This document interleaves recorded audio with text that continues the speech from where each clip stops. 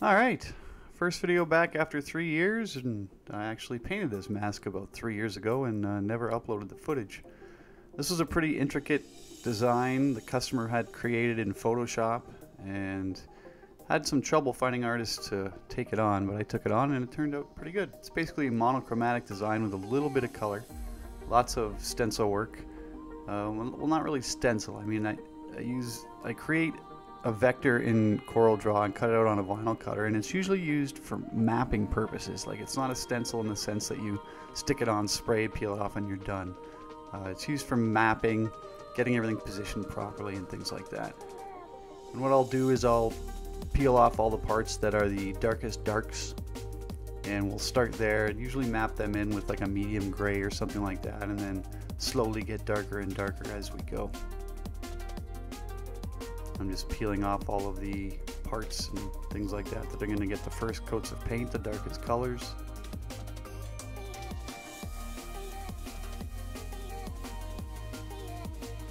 There's quite a bit of vector work in this before we even got to paint. There's a few hours of making the stencils for it just because it was a pretty intricate design. I'm starting to map out with a medium gray. Slowly get darker as we go until we get to the blacks.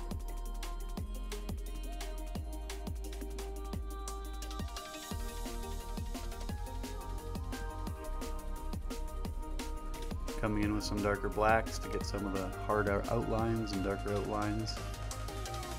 Peeling off the rest and then going back in with some lighter shades to add some depth.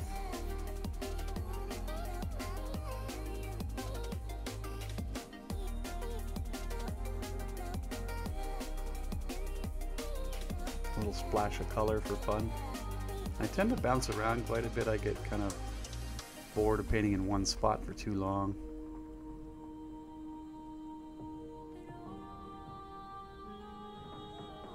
And right there I just hit the facial features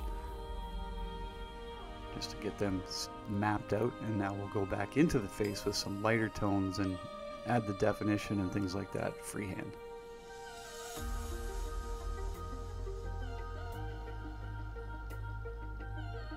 Like I said, the customer had created this design, so I had a good reference. This isn't all just off the top of my head. I've got reference images that I'm referring to.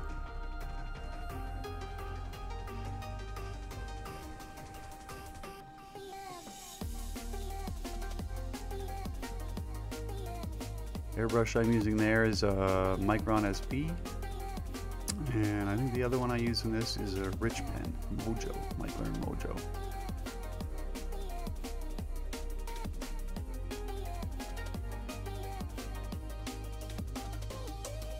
Paints are automotive paints, PPG mostly.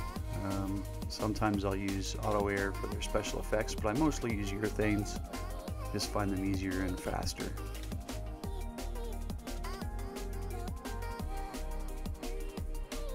My airbrushes are a mess, and I move pretty quick. I paint a lot of masks, and turnaround time is important. I tend to move pretty fast. Not this fast, obviously. This is all time-lapse footage.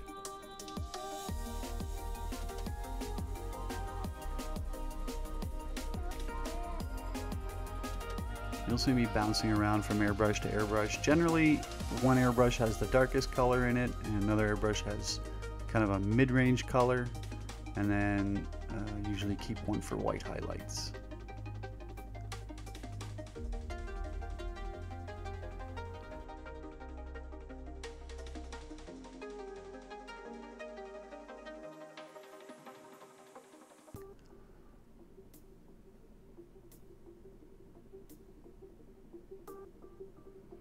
Prior to this, the mask is sanded with 400 grit, making sure to get all the shine off, and then a sealer is used, and then a couple coats of white over the sealer so I get a good chemical bond.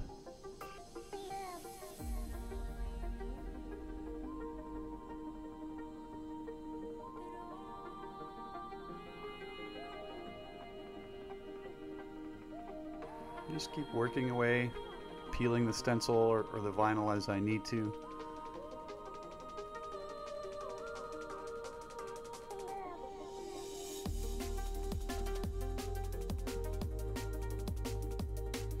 It's important when you're doing stuff like this with a lot of small vinyl pieces to make sure you get everything off. The last thing you want is to be doing your final clear and then realize there's still a tiny little bit of vinyl here or there. It's happened, and it'll happen again most likely, but it's really something you want to watch out for.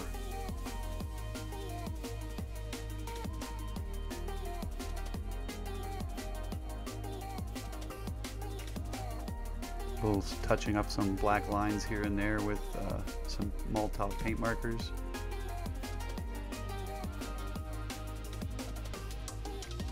I just wanted to make sure the black lines stayed nice and crisp.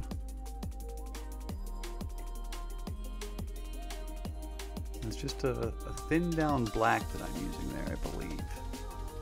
It's been a while since I painted this mask.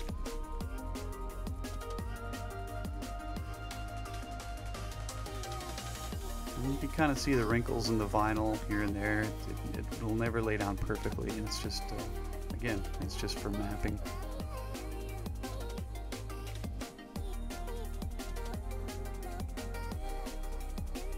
Here I've got some straight black, it looks like, adding the darkest darks. It's important too not to go too dark. It's really easy to do because the rest of the mask is covered in masking. And you really just focus on the subject matter, and you kind of tend to forget about what's going to be around it. So it's really easy to go too dark. Try and save your whites as much as you can. It's much easier to save your whites than it is to go back in later with white paint. It looks a lot less natural.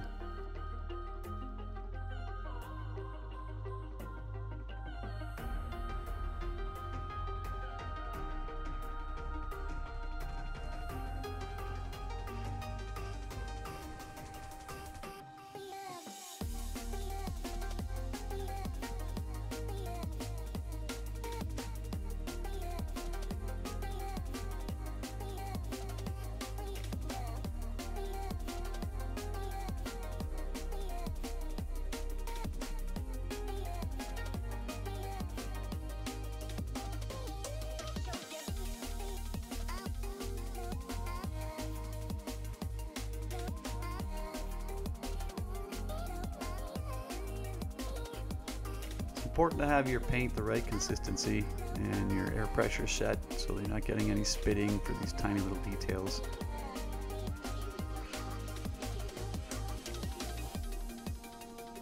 Usually spray somewhere around 20 to 30 psi on something like this, and the paint's thinned down to about the consistency of milk, maybe a little bit thinner.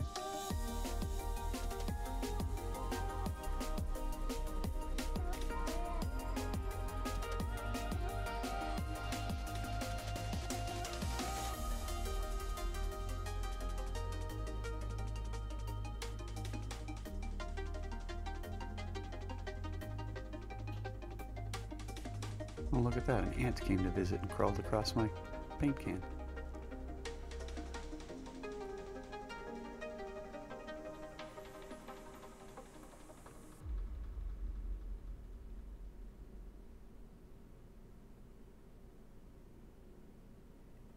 I think that's an ant, maybe it's not.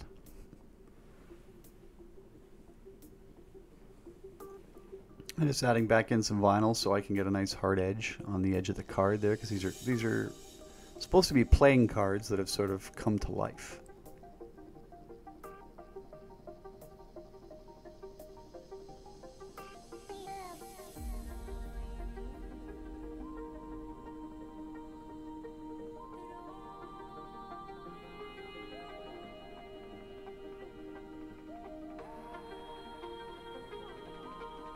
Probably answering the phone right there or something like that.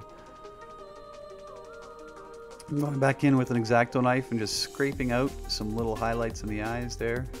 Just very lightly scraping off the paint so you can get the white back.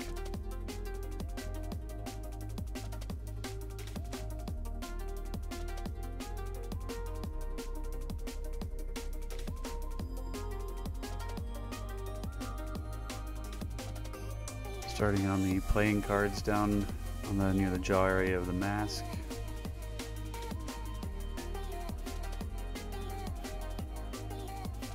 And we put some kind of scully things inside of them. Again, using a stencil to map it out there, and then going back in and freehanding it all in.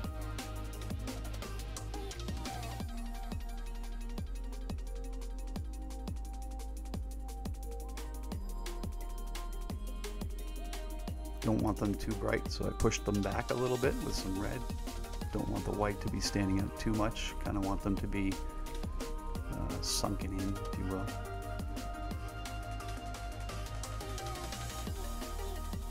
Back again with some more white. And what this does is it creates depths. It gives you different layers of the white, different values. Once I was happy with that, I put the dark color in the brush and go in and start detailing.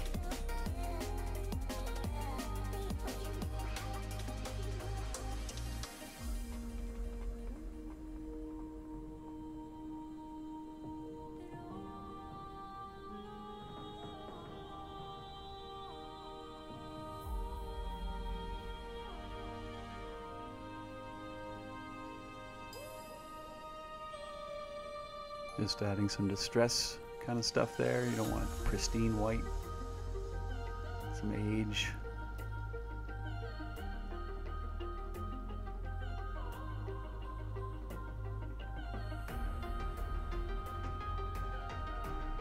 Some blood splatters.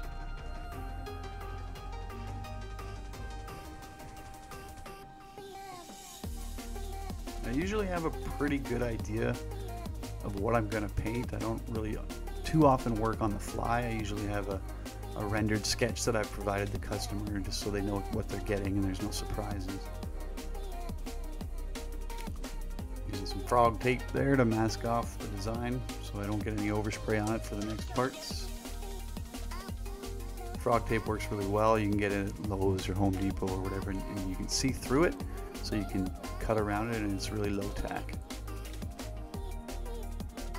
I believe it's frog tape. It might have been FBS tapes. It's been a while.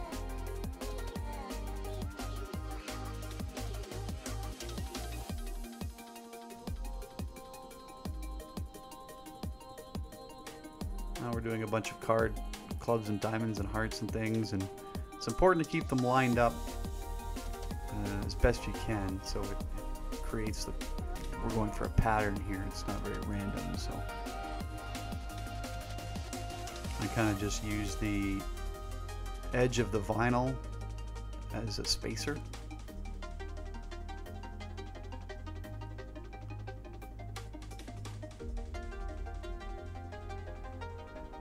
And again, it's never perfect, right? We're human. We're painting this stuff by hand. We just do the best we can.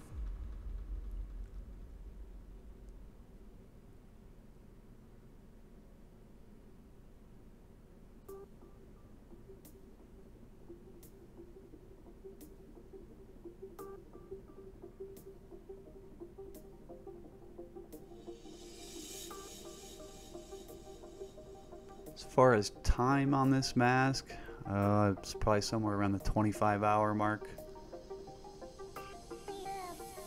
If you include the time it took to make the stencils and things like that.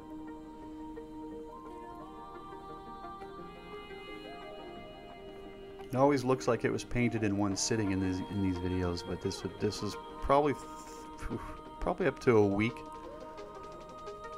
I reach a point where my eyes just can't see straight anymore, and I have to stop for the day.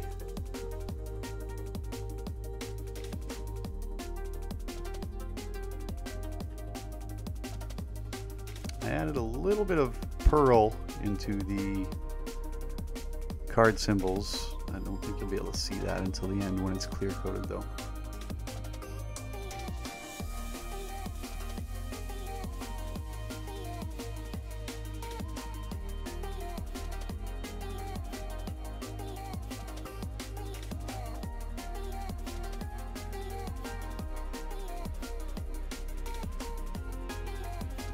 When you're doing stuff like this, you want to keep the airbrush as close as possible so that you don't get overspray over the edges of the vinyl stencil. I mean, this is a case where we're using the vinyl as purely as a stencil. It's stick, spray, and you're done.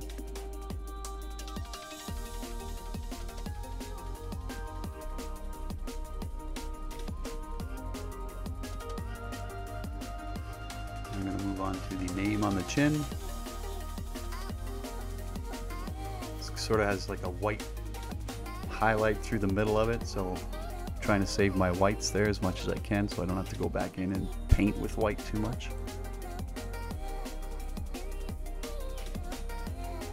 Making sure to shadow the edges of all the letters because they're going to be on white, and if you give it a nice dark edge on the shadow, it'll stand out a lot better.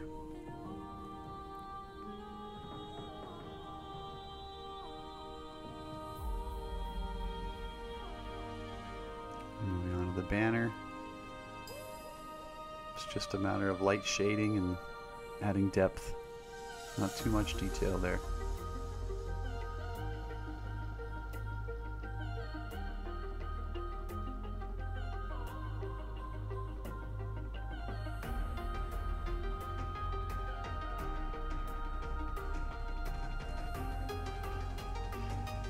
And on to the other side.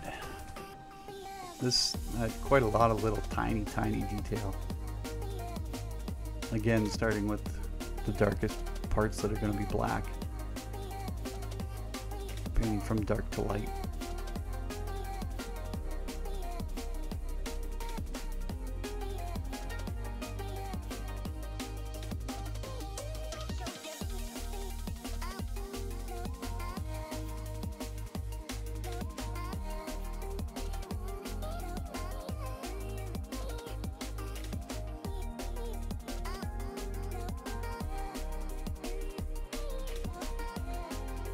Back some of the stencil there.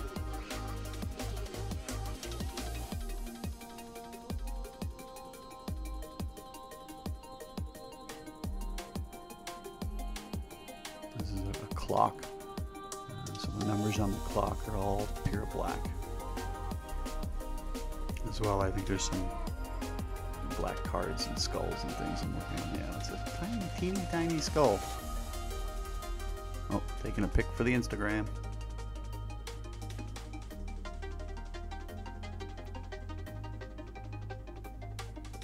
You can see I'm constantly testing out the brush on the masking paper there just to make sure it's doing what I want, spraying the right consistency.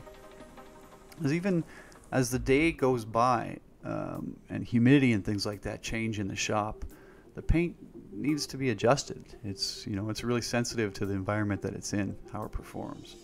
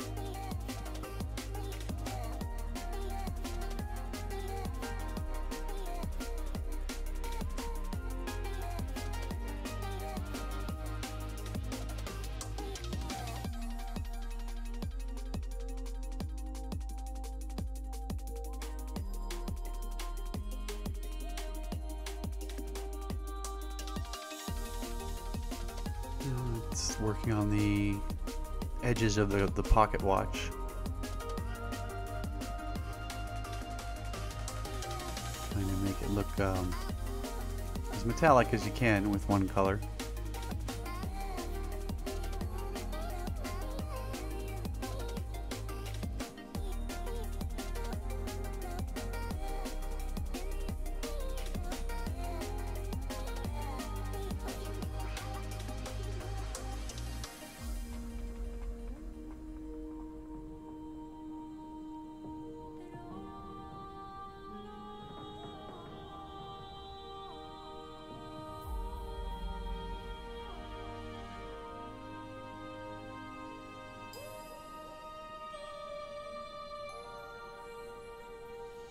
Removing more of the vinyl so we can start shading the clock face a little bit. There's a rather scantily clad lady who's acting as the arms of the clock. So we want to make sure and do her shadowing and stuff like that before we remove the stencil.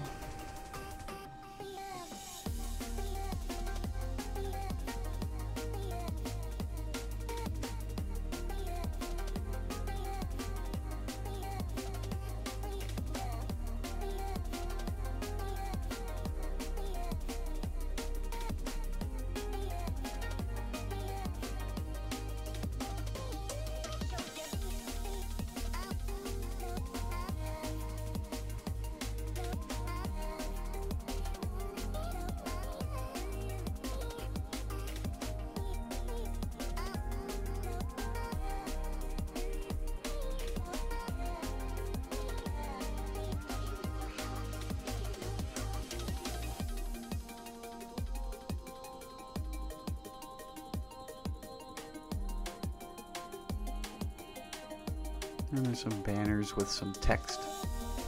Paint the text first and go in and add the shading and texturing afterwards. And shading over top of the letters doesn't hurt anything. It would look unnatural if the letters were still bright red and didn't have any shading and didn't look like they were actually on the vinyl or on the banner.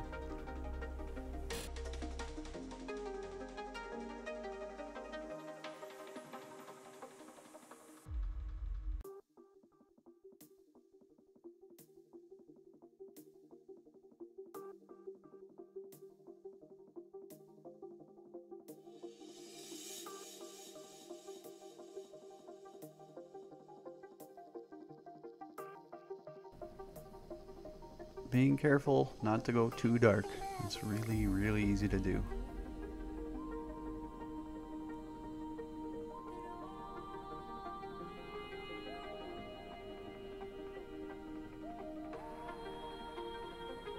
Just adding some white highlights on the face of the pocket watch to kind of give it that illusion that there's glass over top of it. Now I'm taking the reverse of the vinyl and I'm backmasking around the woman on the clock.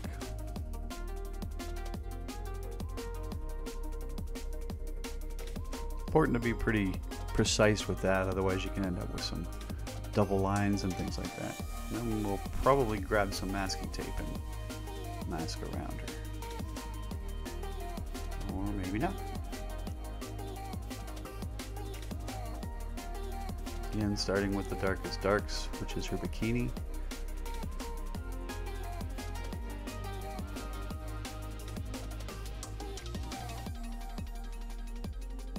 And her shoes by the looks of it.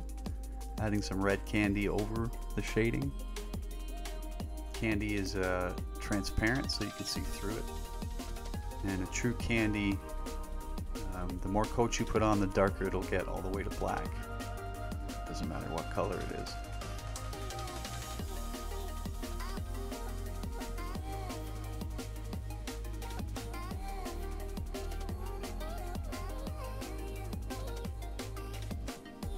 Detailing the hair.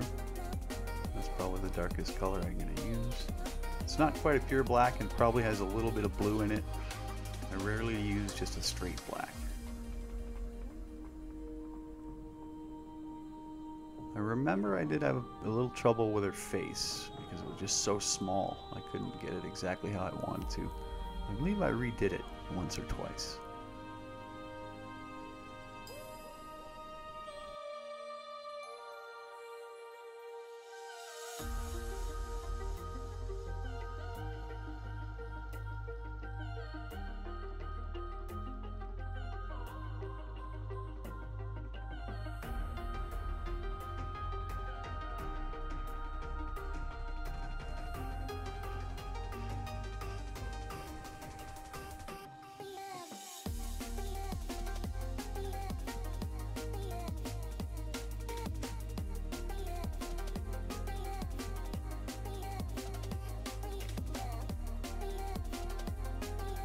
And shading of the forms. It's important to pay attention to your reference or whatever you're using so you get the muscle forms right and get things in the right spot.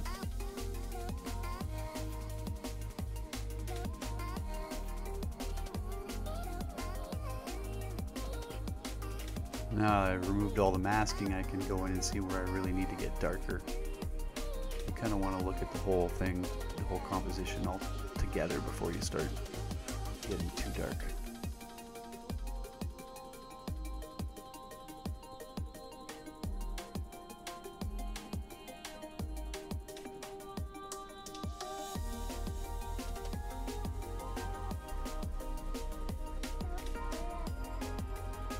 And onto the cards, which are similar to the other side. I don't think there was too much different. Slightly different colors and skulls in there, but it's pretty close to the same thing. Same as the other side, starting with white and the stencil.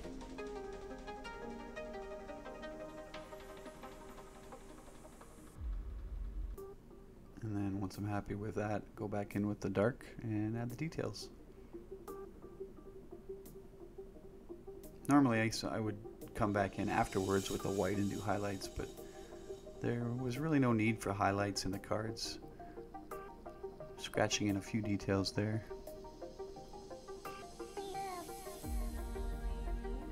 Touching up any difficult parts or overspray or adding a little bit more detail here and there.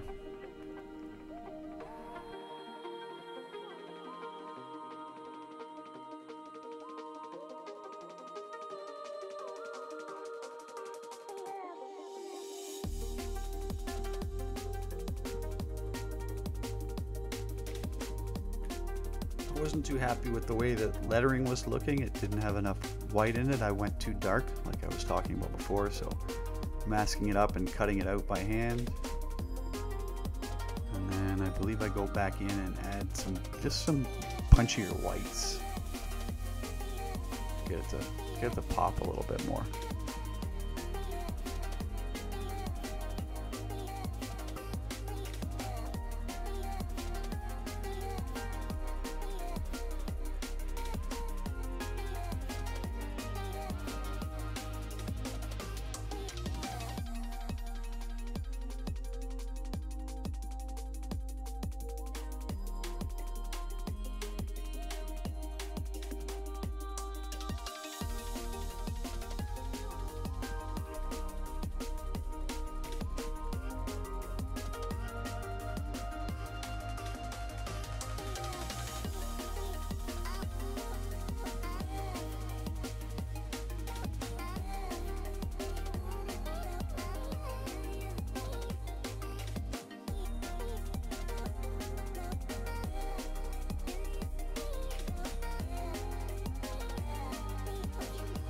With some darker shadows.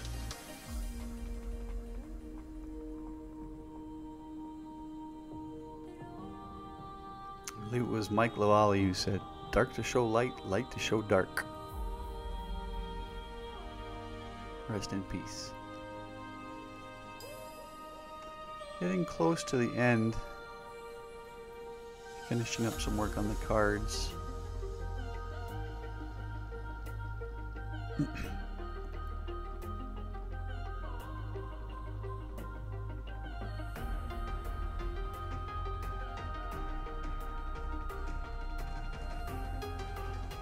Adding some distressed textures and things on the cards, little touch-ups here and there.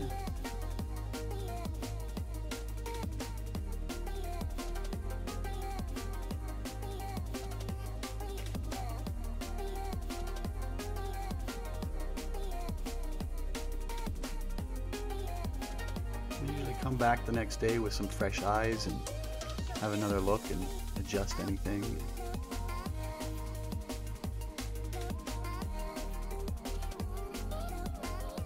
Painting all these tiny little details really does a number on the old eyeballs by the end of the day.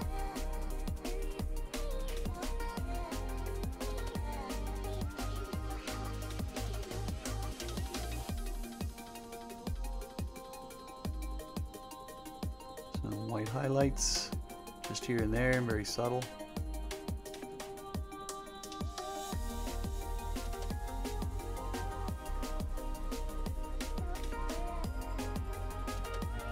And the final product after a couple rounds of clear coat, wet sanding, and buffing.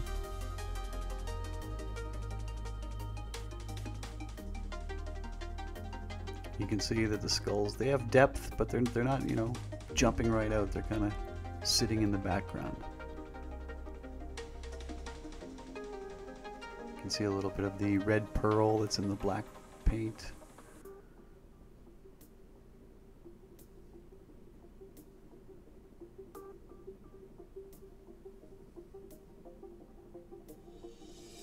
Probably one of the most ambitious masks I've ever painted. I don't do too many that are quite this detailed, simply because of time constraints and price. I mean, something like this takes quite a few hours.